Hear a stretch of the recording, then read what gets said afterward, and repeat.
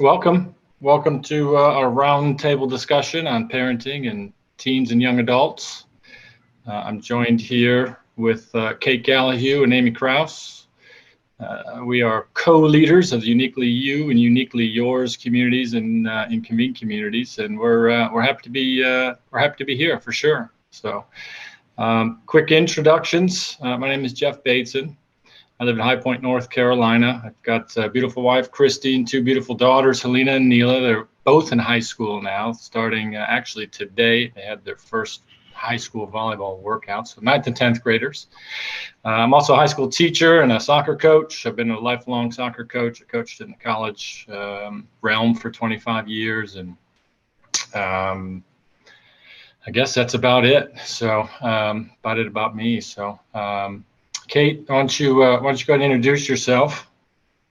Sure. I'm Kate Gallahue. I am a transformation coach, mother of two adolescent boys. I have a 12-year-old son and a 14-year-old son, both youth athletes, and keep us hopping. And I definitely I actually had practiced pediatric medicine for almost 2 decades prior to stepping fully into the transformational coaching role, and really just saw a need to create community around parents and around teens and young adults like I was supporting in our office. And Jeff, you were so gracious in really just sharing the gift of Convene with me after hearing kind of a vision that I had for these virtual spaces where we could talk about stuff that people didn't talk about in social media, and give people a place for their story to have value, and where they could receive value from various professionals, but also contribute just as much of their own, because really it's not, my medical background that I found was the most help with my patients. It was my stories where I could really connect with them and show them that they weren't alone in some of the emotions they were feeling or situations they were going through. And you and I really, I was medical, you were in education, but we saw so much of the same disconnect between the kids and themselves and between the kids and others. And we wanted to bridge the connection again. And we know that parents can't expect their kids to fix themselves. They need to be working on things as a team. And so that's what we're doing within Convene. That's our platform with a purpose we're using to build community for parents separately and for teens and young adults, just to equally work on becoming our best version. Yeah, and we can get back to some of that disconnect that we both talked about and saw a couple of years ago with those kids. So, Amy, how about yourself? Well, I'm Amy Kraus. I'm a mom of two almost teenage boy and girl twins that keep me very busy. One is an athlete, gymnast. One is on the creative side. So always creating something within my house that has to be cleaned up. And I'm a former educator, elementary, middle school teacher for 20 years. And then I saw that disconnect as well. So I actually stepped away, retired from teaching, and am now a youth empowerment, a motivational speaker. So I travel the country, going to schools, elementary, middle, and high school, to encourage our kids to love on themselves, to help build their self-confidence, empower them in the space of who they are, helping them to understand what that means. And then I got connected with Kate and Jeff, and we have created this community, which has allowed me to also create my parenting podcast within the Convene family. So it's been a fantastic opportunity for sure. Yeah, doing great things. That's what I was going to mention, actually, is the fact that kind of all three of us, but you two more so maybe than myself, have worked specifically with both adults and with teens, in sort of two different ways. And Kate, you mentioned obviously working in the pediatric and in the medical field, but you're also with Uniquely Yours, or through Uniquely Yours, working with a group of women and parents, right? Why don't you tell us about what you're doing there? Yeah, so that group is actually more of a Christian focused group. Mm-hmm. I am somebody who, a lot of this stemmed from just some spiritual growth that I was doing on my own and diving into God's word. And I realized that there were more people like me who were really running on that hamster wheel of life, chasing our kids. Our businesses were keeping us busy, and I needed that time, that intentional time to focus on faith and spiritual development.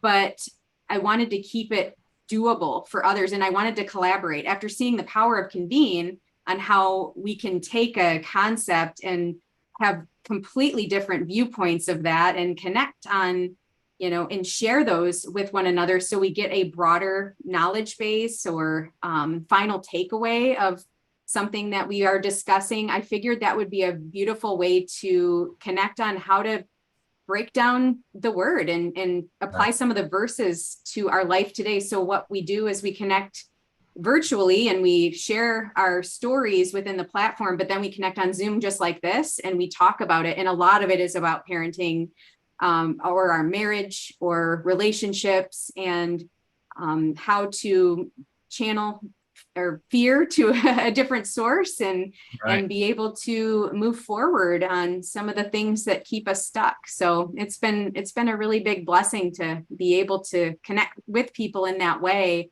And I'm learning just as much as I hope that I'm teaching through my own experiences.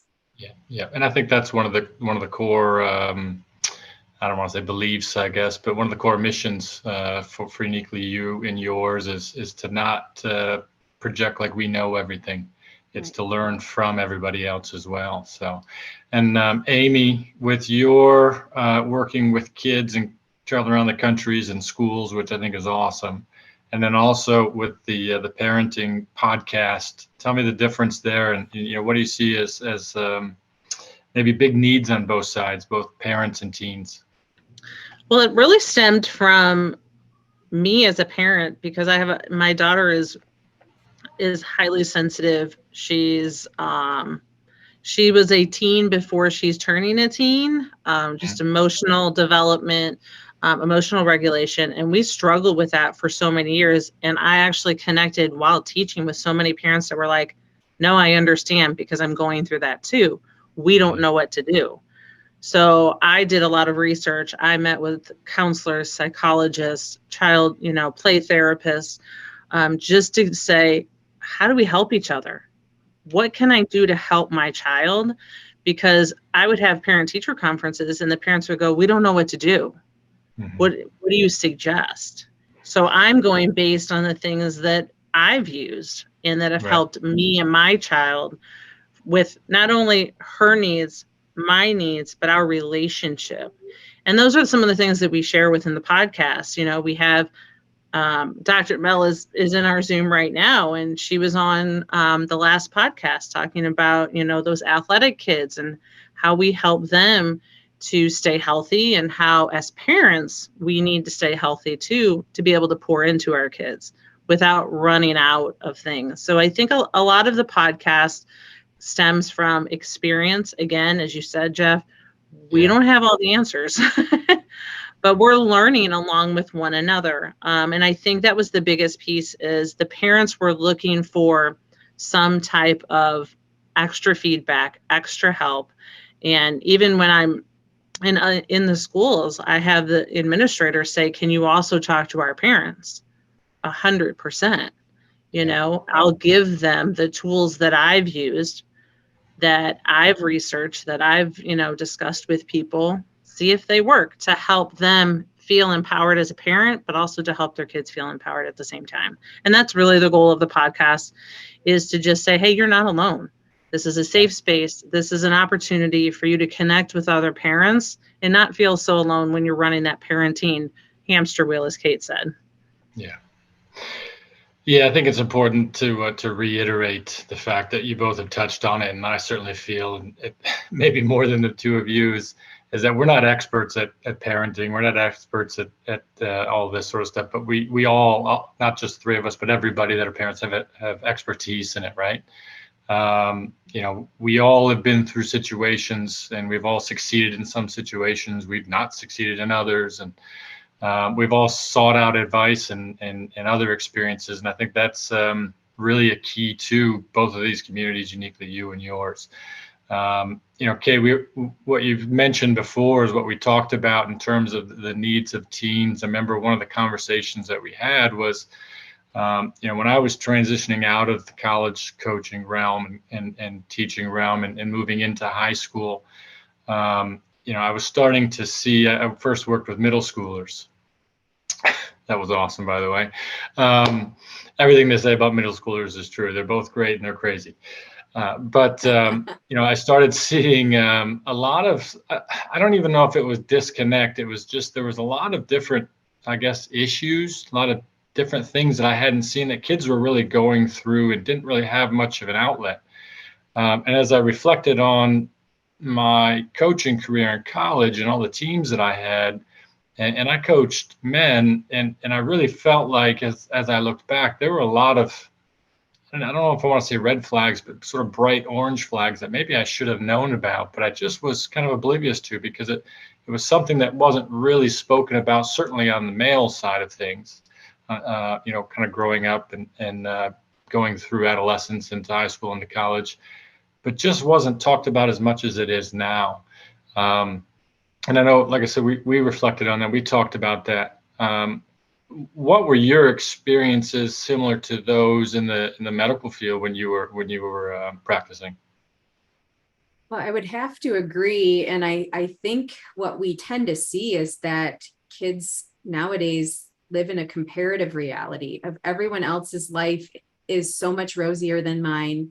Mine is so hard, but I don't, like you said, have an outlet to talk about it because people just don't talk about those kind of things. Yeah. And they're worried about being bullied, and they're worried about their reputation or tarnishing someone else's reputation if you talk about them. So the beauty of this platform that we utilize, Convene Communities, is there's features built in across the board that allow for anonymity. And that was something that was part of my original vision. Is I knew you have to give people, and when Amy speaks of this safe space, it is safe. You have a choice to share as yourself if you choose to, in some areas like a discussion board where, you can post a question as yourself, or you could post it anonymously and say, maybe you're a kid, I'm really struggling getting along with my mom and dad or whatever, and people can answer you as themselves or anonymously, which is really beautiful. But we also have something called experiences, where we give kids a simple exercise with question prompts that follow it. So our most popular experience is called I Am From, and it was written by the founder and creator of Convene's daughter, Lainey. And she wrote a poem in the 9th grade that gave all the different things that made her who she is, some positive and some really challenging things that she had gone through. And then we asked the user of the experience, where are you from? Tell us the things that make you who you are. And we were floored by the answers we got. And every answer is anonymous. There's no way to answer as yourself on those. So the kids knew they'd be safe. And we had kids sharing the ways that they coped as well. I'm going through some really hard stuff, but I use music and art, and I detach myself from toxic people. And so they were kind of indirectly mentoring one another through their answers. And that was such a beautiful thing to see and show the power of how this platform and vehicle can be used to give kids hope and show them they aren't alone. Because really, everyone has something they're going through. And that's why we need to learn to be empathetic with one another, because you really don't know what's going on in someone's backyard. Right. You see this. Yeah, that was a lot of those kids and that took those or took that experience I am from, or from my classroom. And some of those students I had since 7th and 8th grade for 3-4 years. In some of the answers that I was reading through, and again, it was anonymous, and I didn't even know who was writing what, really kind of floored me. I didn't know some of this stuff, right? In the empathy part, I think is important, Kate, that you mentioned that, because as you said, those kids were teaching each other, but also learning from each other, reading the answers, because in the experiences, people will take, and in this case, the kids answered the questions, and they answer those questions before they know of anybody else's answers. So they're answering open and honest. It's just their own thoughts. And I do remember having to convince a few of the kids that yes, it is anonymous. And I think I showed them another experience, just kind of a fun one that someone made up. Said, look, it's anonymous. You can't see names. You can't see anything. And once they really knew that it was a safe space, that it was anonymous, that their name was not attached to it, some of those students and some of those kids really opened up. And they learned from each other, like you said. And the empathy piece, getting back to that, is something that I've been pondering about over the last few weeks, months, is trying to teach that, incorporate that into those lessons, not just social studies lessons, but into these lessons for these kids. Is everybody's going through something, right? We all know that. It's part of the expertise we have as parents, right? We all are going through something else, but these kids don't know it yet. And that was starting to teach them a bit. So that was a good point. I think too, Jeff, you're learning through just the work that you do, but also through some of the other educators that are joining us, like Mark Oman and in the platform, about how storytelling engages students. And if you can start with a little video or a lesson that just really it changes their brain chemistry and makes them ready to receive information. So this is really kind of changing the game for educators to see how we can engage students, but also give them community at the same time and help them feel seen, heard, and validated. I can't think of more necessary things right now than in terms of how to help kids than to give them those opportunities. Yeah. Amy, it sounded like something struck a bell, or looked like something struck a bell with you. Just the storytelling piece, because that's one thing that the feedback that I get from schools every single time from the kids themselves is thank you for telling your story, because I'm very honest with my story of middle school life. Middle school life is hard. You're talking hormones, you're talking friendships, you're trying to navigate middle school learning. And these kids are trying to, create a path for themselves of finding out who the heck they are. Without all, then you throw in social media, and that's, that flips them upside down as well. So when I get the feedback of, thank you for sharing your story, we thought we were the only ones. Yeah. That's powerful. That is the power of that story, of putting that out there. So when the kids are going into these experiences and willing to share the parts of their story, it's powerful for another child to read it. It's powerful for us as parents when we go in the parenting group and share experiences. I've gone in and I've posted things. Kate's posted, Jeff has posted, other parents have posted, like, listen, I'm going through this right now, and then you hear somebody else say, well, this is what I tried, or this is what I understand. There's that empathy that comes through. That's pretty powerful when those stories start coming out and the kids are comfortable enough to share their stories, and us as adults are comfortable enough to share stories. It took me a long time to share my story, but there's a sense of healing that comes along with that as well. And I think that's where the power lies in telling and sharing your story. Yeah. 100%. And that's part of the cooperation that Convene was really founded and built on, is to be able to, and especially the anonymity piece to it was to be able to tell your stories, right? Both positive, negative, and everything in between. Be able to tell the stories and share the stories and hear other people's stories. So I'm going to slide over. I just noticed Eugene Brown asked a question here. It says, how are you all balancing your families and your careers? Well, that's an interesting one. I think everybody goes through it. I know one of the major steps I had in terms of balancing family and career and decisions I had to make was was when I transitioned out of college coaching. I loved college coaching in college. I loved working with those that age, student athletes. I loved obviously coaching and competing and everything else. But one of the things that is really difficult, not just in college coaching, but in coaching in general, is you're away from your family a lot. Games, travel, recruiting, and everything in between. And really, you have a sense of sort of duty / parenting, if you will, with the kids on your team. You've recruited them to come and play for you. You invested a lot of time, and the parents entrust you with them. So when I was transitioning out and trying to figure out if I wanted to stay in it or not, one of the major considerations I had was obviously my family and my 2 young daughters. I was away from them for the first, 8-9 years of their life, 7-8 years of their life, maybe more, I guess. And then this past fall was the first fall that I hadn't coached a team or a season in 25 plus years. And the major reason for that, again, was my daughters. My eldest was a 9th grader, and she was starting to play volleyball in high school. And my youngest, I hadn't really even seen her play much. She was a 8th grade middle schooler. And, certainly I wanted to be in the gym with them. I wanted to watch them play.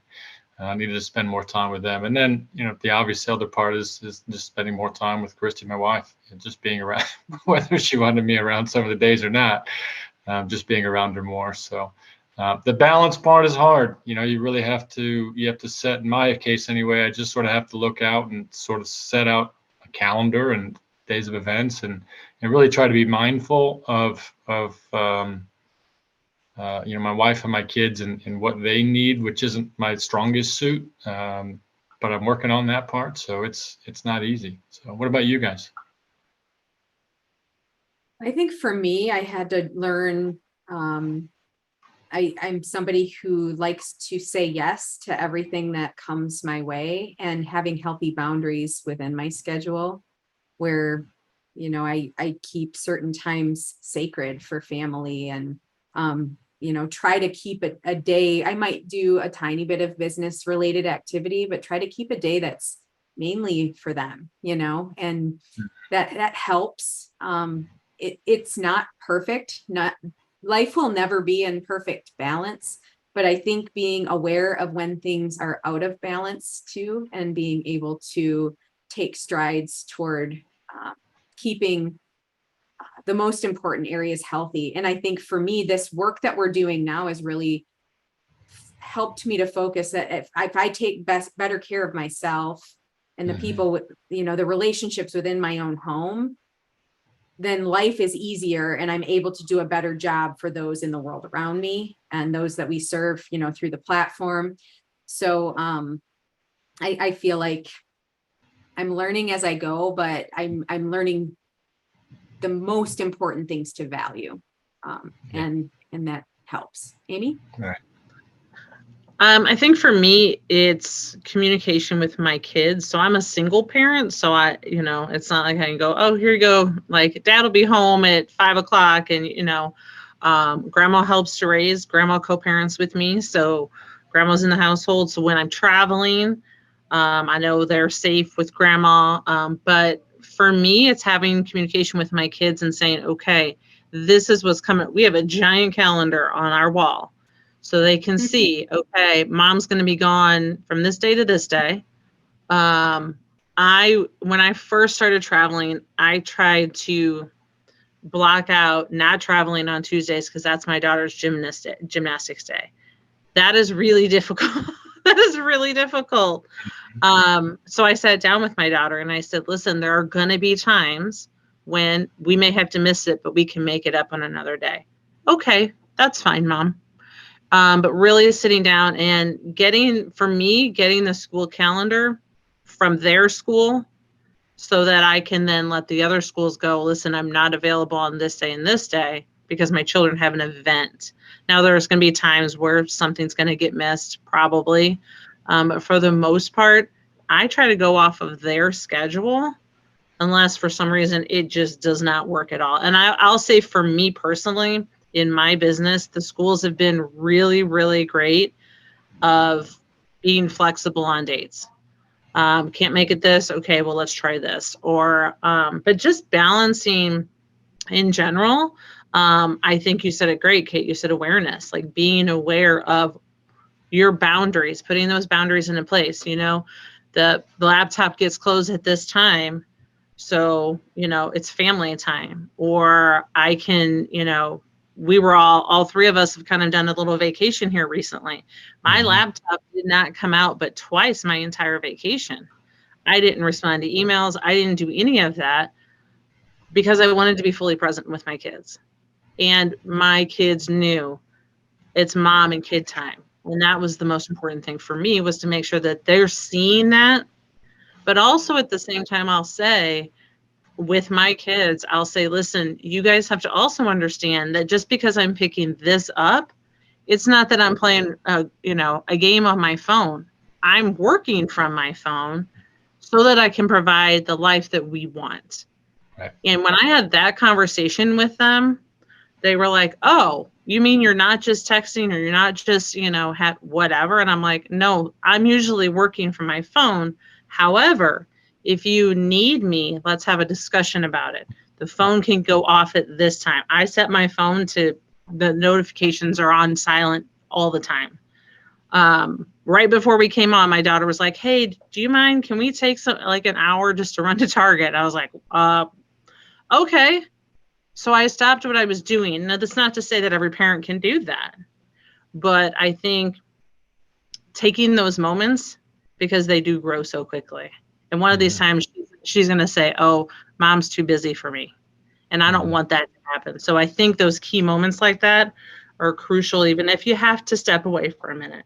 But really, preparation for me is key. Putting the calendar up, letting them know mom's going to be gone this day and this day. You'll be with grandma, whatever it is, so that they're aware of it, so that they can be okay with it, and FaceTiming and all that kind of stuff as well. So, yeah, it's not an easy to work-life balance, as everybody knows. So, it'd probably be a great discussion board topic, and uniquely yours. And we. Amy, you mentioned the vacations and the time away, and sort of setting things aside. We had that discussion earlier today, the three of us, and one of the things I mentioned was, on Instagram, I put a video out there, my summer goals. I was joking around, it's the summer of Jeff. My wife and kids are laughing about it a little bit every day, but it was important for me to set some goals this summer. I wanted to work out again. I wanted to get back into reading and some other stuff, and so. Of course, I post that, and it's the day before, 8 straight days of volleyball from 6 a.m. to 8, 9, 10 p.m. And we're in these massive convention center, and you can't hear anything. So, of course, I don't get a chance to work out, and I don't get a chance to read and all this other stuff. But, I made a conscious decision of just trying to eat less or eat better, not going up to the concession stands in the convention center. My wife and I, she packed it, but we made lunches for each other, for ourselves, so we didn't have to do that. Walked around the convention center a few times, right? So it's these other little things that you can do while you're on vacation and while you're focusing on your family and on your kids, but still taking care of yourself. So I think that was a fun conversation we had a little bit earlier. It was, yeah. And it's important to focus on micro progress instead of perfection. It's a lot of, in the work that I do, I talk with clients you about say that all micro the time. Progress. I say the tortoise wins the race. The tortoise wins the race, right? Yeah, but I think we beat ourselves up sometimes if we didn't fully commit to exactly what we said we were going to do. And you are committing, it just looks different, and you have to be able to pivot a little bit. But those were still great ways to make progress toward those goals. So love that. Thanks for sharing. Yeah. Well, I don't want to go too much further. We could probably talk all night. I know Eugene posed another great question that I think we could either quickly answer or ask and answer at a different time, maybe on one of your podcasts, Amy. Is, do you think the problems of today for teens are truly different than the problems of the past? If so, why, etc. I mean, that's probably a pretty loaded question. What do you guys think? In sort of a brief answer there. I would Amy, say what that do you things think? are. Yeah, I'm sorry. Go ahead, Kate. Go ahead. Are you sure? Okay. I was just going to say, I don't think things were as in our face when we were younger as they are now, which, maybe the feelings and emotions were still there. But, I just recently had a fifth grade exhibition for my son, and 5 out of the 20 stands were about anxiety and kids sharing about how they all suffer from it. And I just don't remember having so many worries on my heart when I was 11 years old. So it was great. I commended them for their authenticity and wanting to make a difference and educate people to help move the world forward and know how to manage our emotions in a healthy way. But I found it's alarming that many kids struggle. And I knew that from my profession, but I guess that in that way, I feel like it's different. Everything's a lot more brought to light, I suppose. Amy?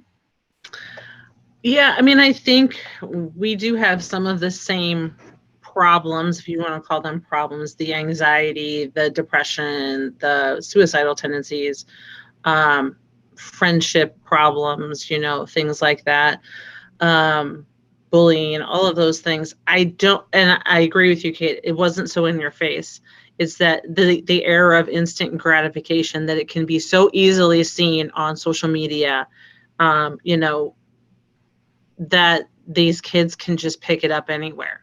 Whereas I think at least for me growing up, the anxiety that was there, the depression was there, but it was so easily hidden because we didn't have things like these. It wasn't there. I could hide it. So even my parents didn't know about it because there were expectations that were put on me to just get good grades, just, oh, well, you're fine. And that's the life that I led. So I think it's a different era of what is accessible to them in being able to talk it out on different platforms, anonymously, all of those kinds of things. I don't feel like we had that when we were younger. It was either you called up your friend on the house phone and had a discussion that everybody in your house could hear, and then everybody was in your business. Right. Or now with the idea of Convene and the Uniquely Yours having that anonymity, these kids feel a sense of safety. So I think there's a little bit of a difference, but I think the same problems exist. Yeah. They're just handled differently. I think you said a few key things there, Amy, that are different too, though, is kids don't have the ability to wait and delay their gratification. Like we would wait all day for a message on our answering machine and the world would go on and we didn't worry about it.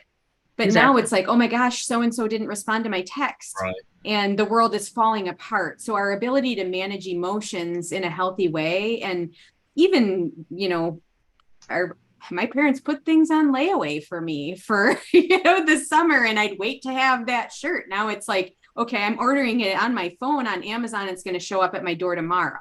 You don't even have to go to the store anymore. So it's just, that is a different world too. Yeah.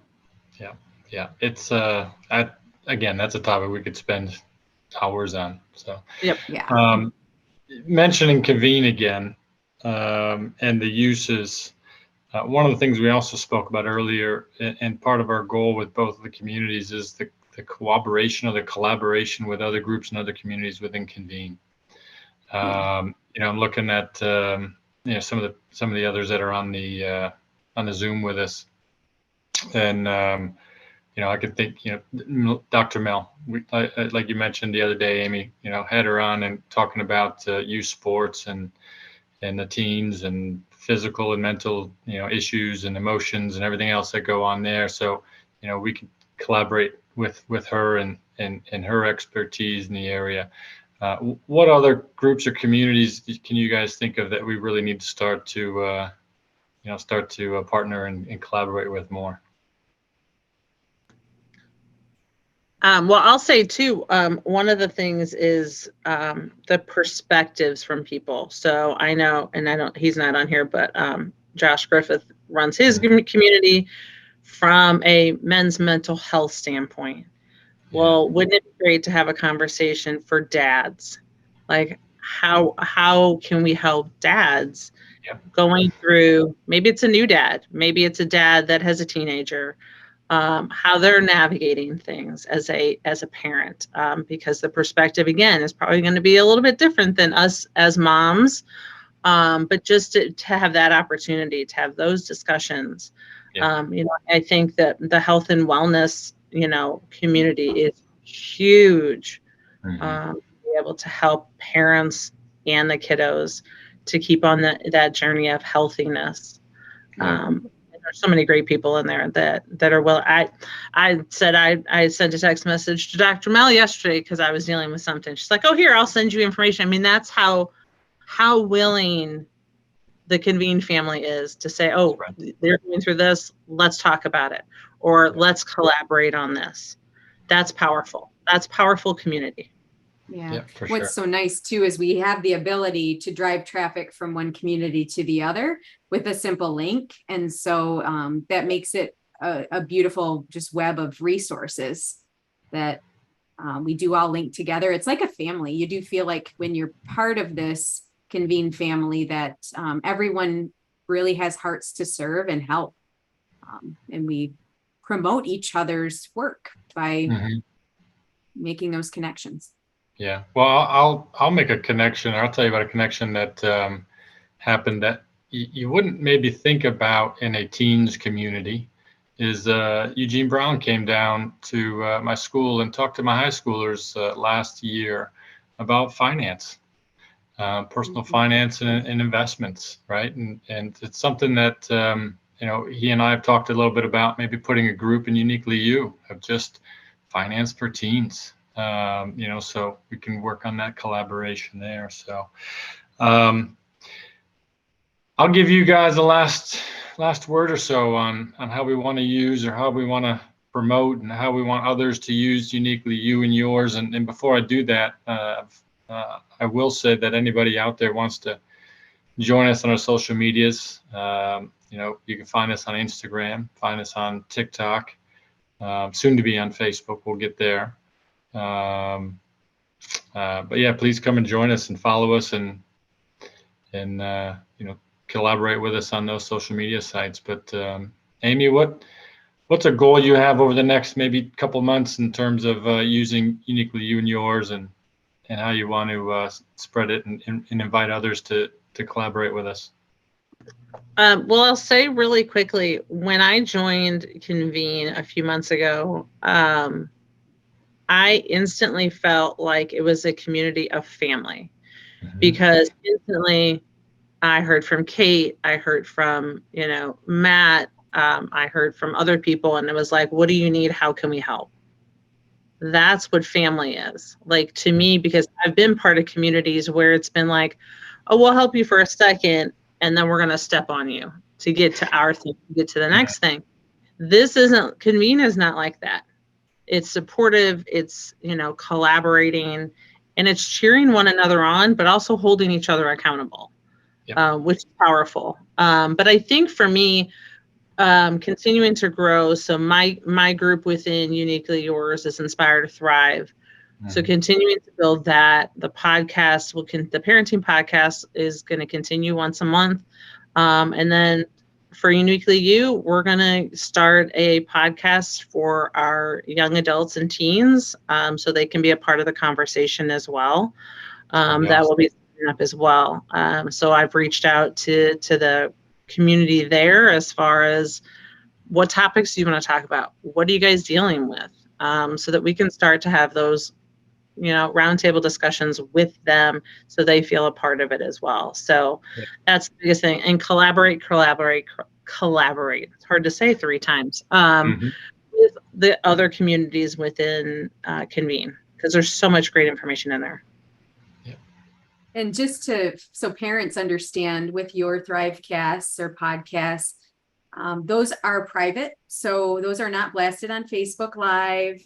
Those are people who are truly intentional at coming to learn and grow together.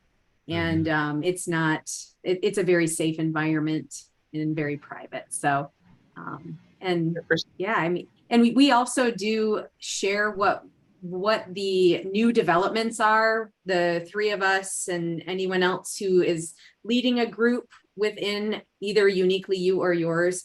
We do monthly meetings on, it tends to be around the last Sunday of the month. And we just share what's going on. And so if you're somebody out there who works with youth or works with parents, we can teach you how to build a community around your private community, even for your youth or your parents that you serve. And you could make one public as well. But we just want to grow more groups that understand this collaborative learning model and how, we can do better for one another, I suppose. Yeah. Well, we want to work with anybody that wants to help this either of these two communities, the adults and the teens and young adults. If you do guys, anybody wants to get in touch with us, you can reach us at our Gmail account as well. It's uniquely you, UNIQUELY u.n.yours@gmail.com. So reach out to us. We're happy to speak with anybody. I've had a great time listening to you guys. I know, like I said, we could talk all day, I think, about different topics, but appreciate you guys being here. Appreciate everybody being with us and listening. So thanks. Thank you.